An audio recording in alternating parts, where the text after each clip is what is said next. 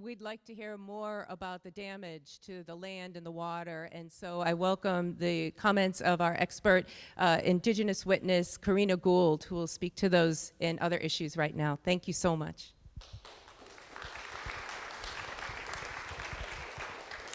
Horshay Tuhe Ka'at Lashanka Ka'at Ra'at Corrina. Good afternoon, relatives. My name is Corrina. I come from the Chochenyo and Carquinoloni tribes from right here in the Bay Area. My village site is Huchin and Halquin, and my relatives from Huchin Augusto, which is the Richmond area, is where I'm going to talk today. I've spent the last 20 years of my life actually working around the protection and preservation of sacred sites in the Bay Area. And so I'm really honored to be here at this tribunal to talk for my relatives, the land and the animals.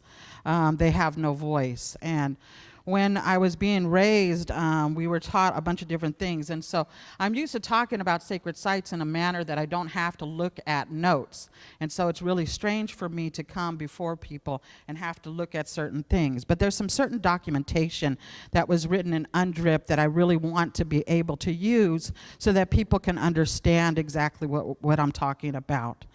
Corporations such as Chevron do not ask permission from indigenous people of this land to rape and destroy and pillage the land that they occupy. Not only do they not ask the indigenous people of this land, they do not ask permission from the land itself. Nor do they, nor the water they pollute or the animals and water life that they destroy and continue to destroy. We're all interconnected and have a duty to live in a reciprocal manner, not one species above anyone else. I was taught that human beings are pitiful, that we don't need, that the world doesn't need us, right, for anything in order to survive, but that we need everything that the earth provides us in order to survive here, right? So we're pitiful, we come here. So we're the voices of our ancestors, both the two-legged, the four-legged, the winged, the ones that are in the water, and those that we don't see that's under the land, right? We are those voices. So I understand that when we talk about the Declaration of Independence, right, that we all have inherent rights. The interesting thing about that is that the Declaration of Independence was written for white men. It wasn't written for indigenous people. The colonization that happened here in California was something that wasn't seen anywhere else in Americas, right? We were first colonized by the Spanish through the mission systems here. My ancestors were directly enslaved at Mission San Jose and Mission Dolores in San Francisco. We went through that colonization process, and then pretty soon the state of California was created, right? And then laws were created that actually made it illegal to be Native in the state of California. And the state of California spent over $1 million wiping out Native people, paying 25 cents an ear, $5 a head, right? So this is the history that people don't understand, don't hear about, right? So we also find out that these laws that were put into place, that actually American Indians were not citizens of what is now called the United States until 1924. So we didn't have any rights at all. We couldn't go before a judge and say anything against a white man, let alone a corporation like Chevron. It wasn't until after World War I when we began to get our rights as human beings that we even existed. And then it wasn't until 1978 that American Indians were given the right to religious freedom. So it was illegal for us to practice our religions anywhere in this country without being persecuted. So I come to you with that history of who we are as indigenous people on this land, that although we have been fighting to be here, that we haven't had the rights as everybody else. And so I'm very thoughtful when I come to this tribunal to talk to you about these particular things. So we're the voices for all of these creatures that we see and we don't see. And I want to invoke the UN DRIP, the United Nations Declaration and the rights of Indigenous people. And under Article 25, it says, Indigenous people have the right to maintain and strengthen their distinctive spiritual relationships with their traditionally owned and otherwise occupied and used lands, territories, waters, coastal seas, and other resources, and to uphold these responsibilities to future generations in regard.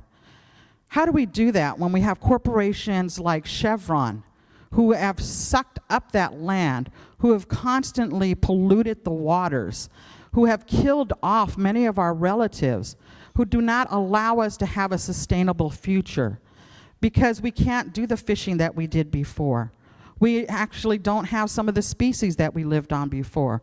We can't create the baskets because the roots that we use are full of all the poisons and toxins that are inside of their land. This is caused by all of these horrible things, these runoffs that happen because of stuff.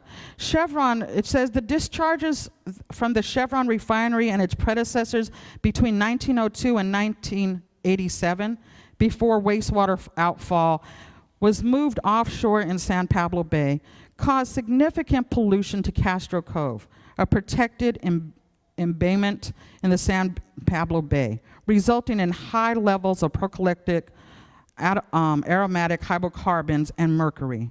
The pollution injured fish, mammals, birds, benthic invertebrates, and threatened and endangered species such as salt marsh, harvest mouse, and steelhead. San Pablo also contains the largest eelgrass bed in San Francisco Bay and comprises roughly 1/3 of San Francisco Bay estuary tidal mudflat habitat. San Pablo Bay is spawning and rearing habitat for many fish and invertebrate species.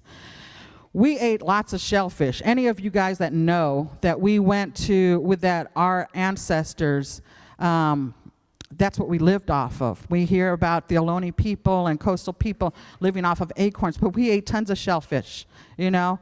And we created our shell mounds, our burial sites for our ancestors using those things. We don't have that anymore here in the Bay. We're unable to go and use those kinds of resources. And so we come to you talking to you about the pollution not only affecting Ohlone people, but all human beings, that we don't have access to the sustainable ways anymore. Are you trying to close me up? I see you sitting on the edge of your seat. It's okay.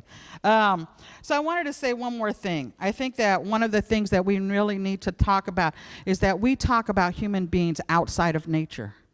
And we are actually not outside of nature. We are a part of nature. And nature is a part of us.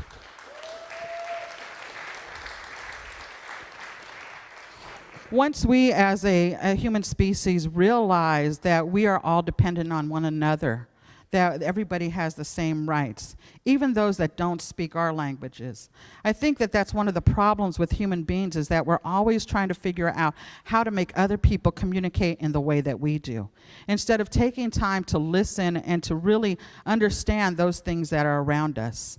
Yes, the world wants those frogs to exist. And I think that the world at some point wanted human beings to exist.